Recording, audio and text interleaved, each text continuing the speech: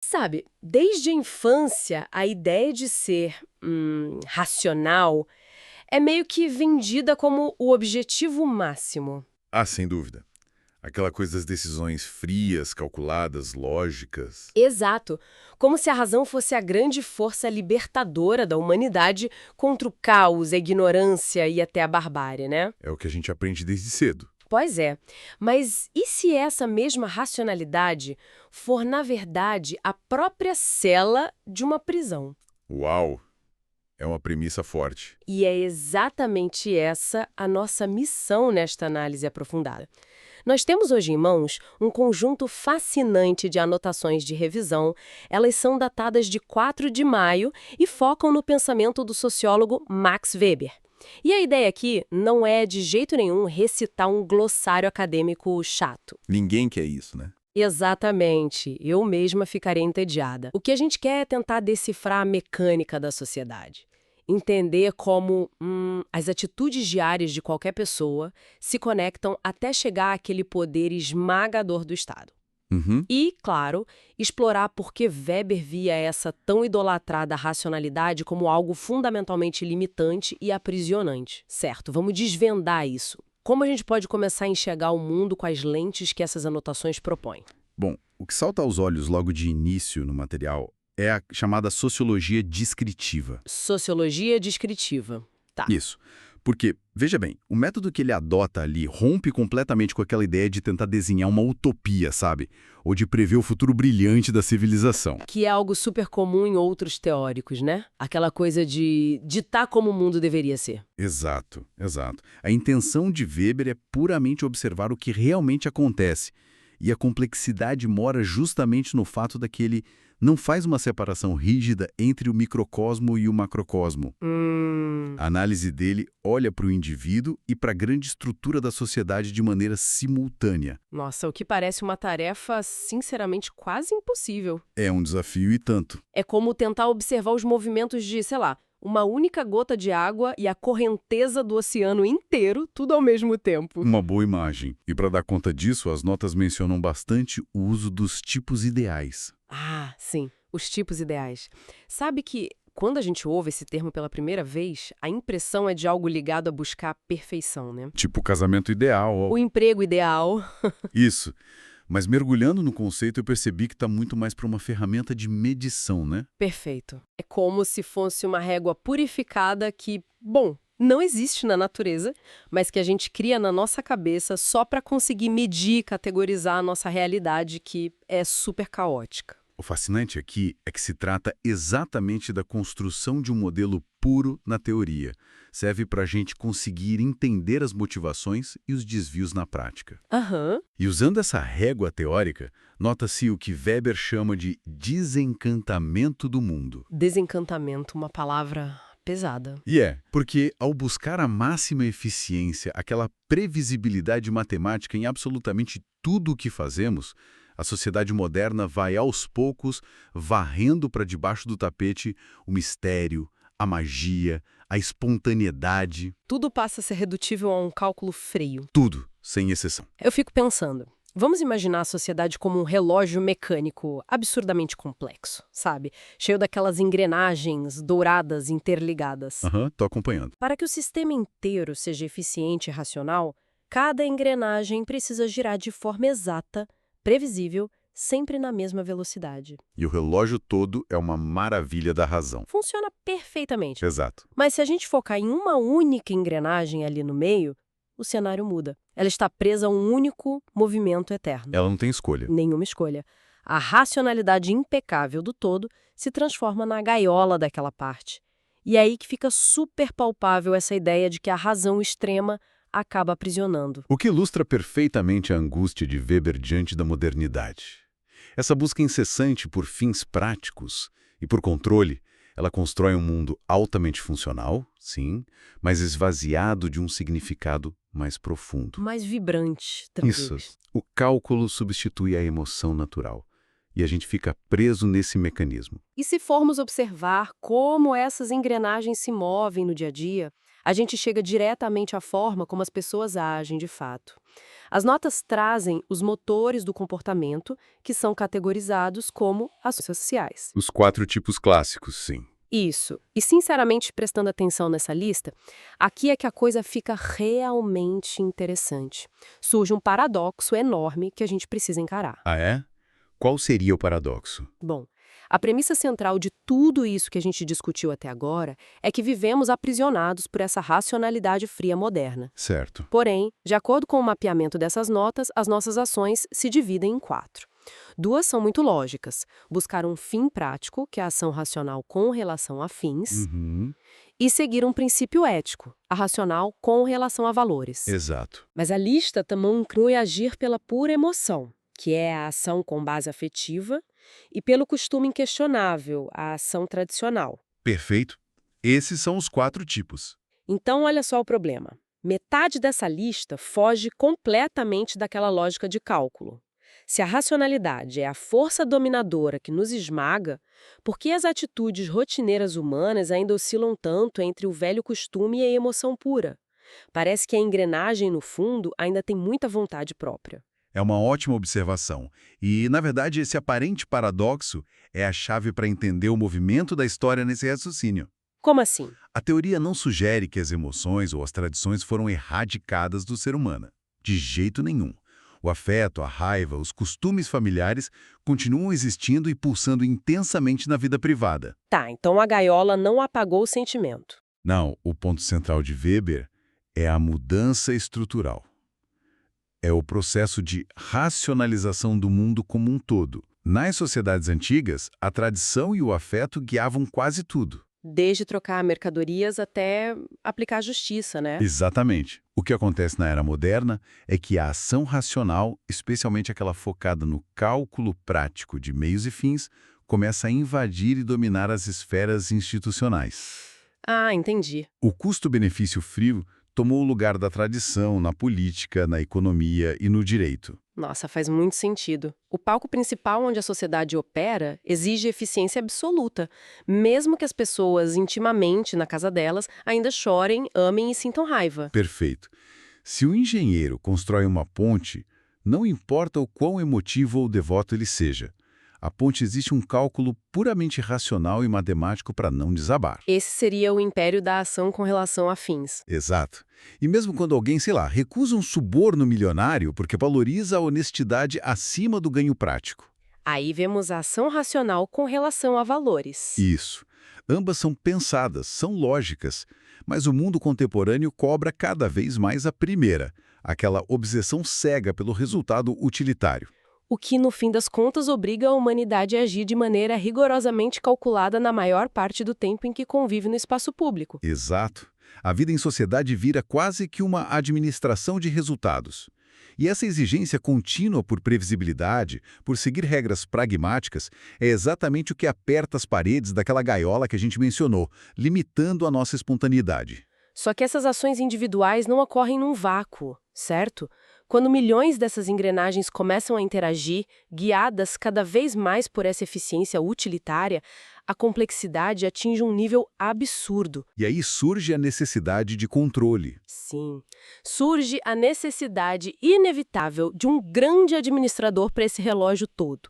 Essas atitudes individuais se acumulam, formam grandes instituições e desagam na entidade mais poderosa abordada nesse material, que é o Estado. Ah, o Estado, o conceito-chave de Weber. A definição de Estado presente aqui nas notas é, olha, cirúrgica e até um pouco arrepiante. Diz assim: uma comunidade humana que reivindica com êxito o monopólio do uso legítimo da força física dentro de determinado território. Se conectarmos isso a um contexto maior, a genialidade dessa frase reside em pouquíssimas palavras-chave. Porque não se afirma que o Estado é a única entidade capaz de bater em alguém, né? Exatamente. Facções criminosas, indivíduos em brigas de bar, tiranos, todos eles também usam a força física. Uhum. O grande diferencial estrutural do Estado para Weber é o monopólio do uso legítimo. A força do Estado exige uma justificativa construída, uma base racional que a sociedade como um todo aceite e valide como necessária. o que traça uma linha muito, muito nítida entre o agir do indivíduo comum e o agir da instituição. Totalmente. Eu costumo recorrer à dinâmica de um árbitro de futebol para tentar enxergar isso com clareza.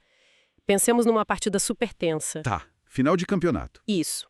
Se no meio de uma disputa de bola, um zagueiro simplesmente perde a cabeça e atinge o atacante com um soco no rosto, a gente presencia uma explosão de violência individual. Irracional. Totalmente irracional e afetiva, motivada pela raiva. E isso imediatamente gera repúdio no estádio inteiro. É um crime ali no campo. Mas, e aqui tá virada. Instantes depois, o árbitro se aproxima, expulsa o zagueiro e aciona a segurança do estádio para retirar aquele jogador do campo à força. Contra a vontade dele. Contra a vontade dele. Do ponto de vista puramente da física, é a mesma coisa. É força aplicada sobre um corpo humano para removê-lo de um espaço. No entanto, a violência do árbitro não é motivada por raiva. É a aplicação estrita da regra. Exato. É racional, calculada e o público valida. O árbitro, naquele microcosmo, opera com o monopólio legítimo da força. Brilhante. O significado do ato inverte-se completamente. Quando uma pessoa comum exerce violência física contra outra, exceto em casos raros como autodefesa iminente, é visto como uma violação gravíssima da ordem social. Um retorno à barbárie. Mas o Estado, nesse processo de racionalização, ele meio que sequestrou para si o direito de agredir. E a barganha que ele nos propõe é a seguinte: olha, nós teremos o uso exclusivo da força, mas prometemos usar isso apenas de modo codificado, baseado em leis e procedimentos previsíveis. É essa roupagem de racionalidade que diferencia uma prisão legal de um sequestro comum. Perfeito. Então, o que isso tudo significa? Só que aceitar pacificamente que uma força superior tem esse monopólio assustador, bom, isso demanda mecanismos de controle muito sofisticados nas nossas mentes. Porque ninguém abaixa a cabeça de forma passiva por muito tempo só por medo de armas apontadas. Pois é, e as anotações tocam direto nessa ferida, mostrando como esse consentimento é fabricado. Elas citam 3 bases de dominação legítima: a tradicional, a carismática e a legal racional. A obediência constante baseada só na força bruta é muito cara, é instável e invariavelmente gera rebeliões. A engrenagem roda muito mais suave quando a gente acredita que o dominador tem o direito de dar a ordem, né? Exato. Historicamente, essa submissão vinha fortemente da dominação tradicional, o clássico "nós obedecemos porque sempre foi assim", um respeito aos patriarcas ou à linhagem de sangue de um rei medieval. O passado ditando as regras do presente. Isso. Ou, em momentos de grande ruptura social, surgia a dominação carismática. Que é aquela devoção quase cega a uma figura heróica, certo? Um líder revolucionário. Exatamente. A obediência não é uma regra escrita, mas ao carisma extraordinário de uma pessoa que surge como uma espécie de salvadora. O problema é o risco e a instabilidade disso, né? Se o líder comete um erro enorme ou simplesmente morre, a estrutura inteira desmorona da noite para o dia. Isso levanta uma questão importante, o que nos leva ao grande triunfo da era moderna, que é o pilar do Estado contemporâneo: a dominação legal racional. Aqui a obediência muda de foco completamente. A gente não se curva mais para o rei por causa de tradição, nem idolatra o líder pelo magnetismo. Obedece-se à regra instituída de forma impessoal. Impessoal, essa é a palavra-chave.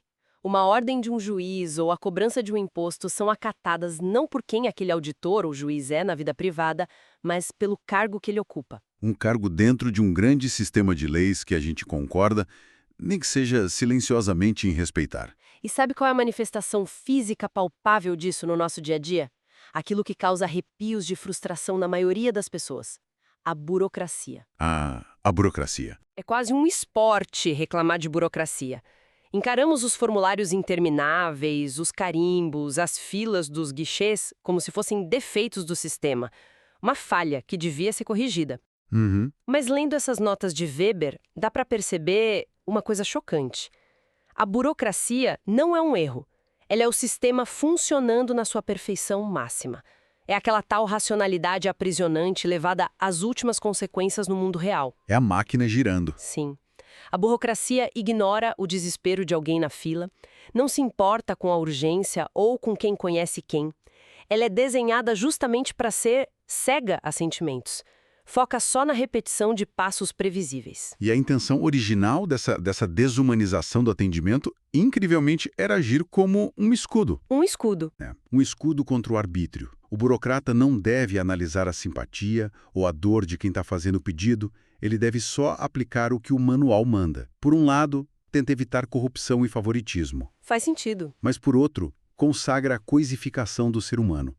Transforma casos de vida ou morte em números de protocolo, solidificando as grades da nossa gaiola. A pessoa perde a autonomia diante da inflexibilidade da regra. E para amarrar tudo isso, o material traz o conceito da tipologia do direito, mostrando a jornada para abandonar a irracionalidade. São 4 quadrantes, mas um me chamou muito a atenção. Qual deles? O direito irracional formal. E sério, lendo sobre isso eu me lembrei logo daquelas ordalhas, sabe? Os juízos de Deus da Idade Média. Ah, clássico. Os julgamentos pelo fogo ou pela água. O método para descobrir se o suspeito era culpado envolvia, obrigá-lo a segurar um pedaço de ferro em brasa. Se a mão curasse rápido, ele era inocente. Ou seja, a verdade dependia de magia, de superstição. Totalmente. A lógica passava a quilômetros dali, apesar da formalidade toda. E a transição histórica que abandona essa crença mágica em direção ao direito racional formal é, na visão de Weber, o que tranca a porta da nossa prisão de vez. A gente deixou as ordalhas para trás. Sim, no mundo institucionalizado de hoje, não se consulta um oráculo para resolver uma disputa. Nem se depende do humor de um senhor feudal, o que seria o direito irracional material, baseado só no capricho. E a gente também abandonou a ideia de submeter a lei a dogmas absolutos e externos para forçá-la a ser moralmente justa de acordo com a religião, que seria o direito racional material. E chegamos no ápice da lógica jurídica atual, o direito racional formal. As sentenças, as leis, os contratos, tudo é deduzido por raciocínio lógico a partir de códigos escritos. A lei pela lei. Exato. Um contrato tem força porque foi assinado dentro dos rigores formais, e o Estado vai aplicar a força para cumpri-lo, ignorando totalmente se aquela regra cria desigualdades cruéis na prática ou se destrói a vida afetiva das pessoas envolvidas. A justiça hoje é puramente baseada na matemática dos artigos. Nossa, é uma jornada e tanto para explicar o funcionamento do mundo, não é? E com isso a gente fecha esse grande ciclo proposto pelas anotações de hoje. Um ciclo fascinante. Iniciamos compreendendo lá na sociologia descritiva como Weber mede a realidade crua pelos tipos ideais. Identificamos que as ações humanas variam da emoção à razão utilitária. Vimos como a história sofreu essa racionalização, onde calcular meios e fins passou a dominar tudo, e essa lógica utilitária escalou até construir o Estado moderno, aquele monstro que detém a exclusividade da violência física. Com base na dominação legal racional. Perfeito. O poder fluindo por um sistema impessoal que atinge o ápice na frieza burocrática. Sabe, sempre que alguém preenche 30 campos num formulário infinito, ou simplesmente decide parar o carro num sinal vermelho às 3 da manhã em um cruzamento deserto, a pessoa está naquele momento validando ativamente toda essa imensa tese sobre dominação legítima. E essa arquitetura imensa nos obriga a olhar de volta para aquela provocação explosiva do início das notas, a afirmação de que a racionalidade é inerentemente limitante. Sim. Historicamente, muito sangue foi derramado para escapar da tirania de reis loucos e da violência sem critério. E a nossa solução foi construir esse império de leis, de burocracia e de razão suprema. Chamamos isso de avanço civilizatório. O nosso grande progresso. Mas se a natureza dessa hiperracionalidade exige de nós um comportamento automático, esmagando a espontaneidade e desencantando o mundo, o dilema não são os defeitos da lei, é o sucesso perfeito dela. Se o tal progresso é só a construção meticulosa de uma gaiola cada vez mais eficiente e inescapável, será que não fomos nós mesmos que voluntariamente trabalhamos para forjar as barras e ainda entregamos a chave para o carcereiro? Nossa, uma reflexão densa o suficiente para assombrar a mente por um bom tempo, não é? Sem dúvida. Ou pelo menos para ressoar na cabeça da próxima vez em que o sistema nos obrigar a esperar semanas por um carimbo, provando que um pedaço de papel tem muito mais valor que uma história real. Muito obrigada pela companhia nessa jornada, continuem com as mentes curiosas, não parem de observar as engrenagens ao redor e até o nosso próximo mergulho aprofundado.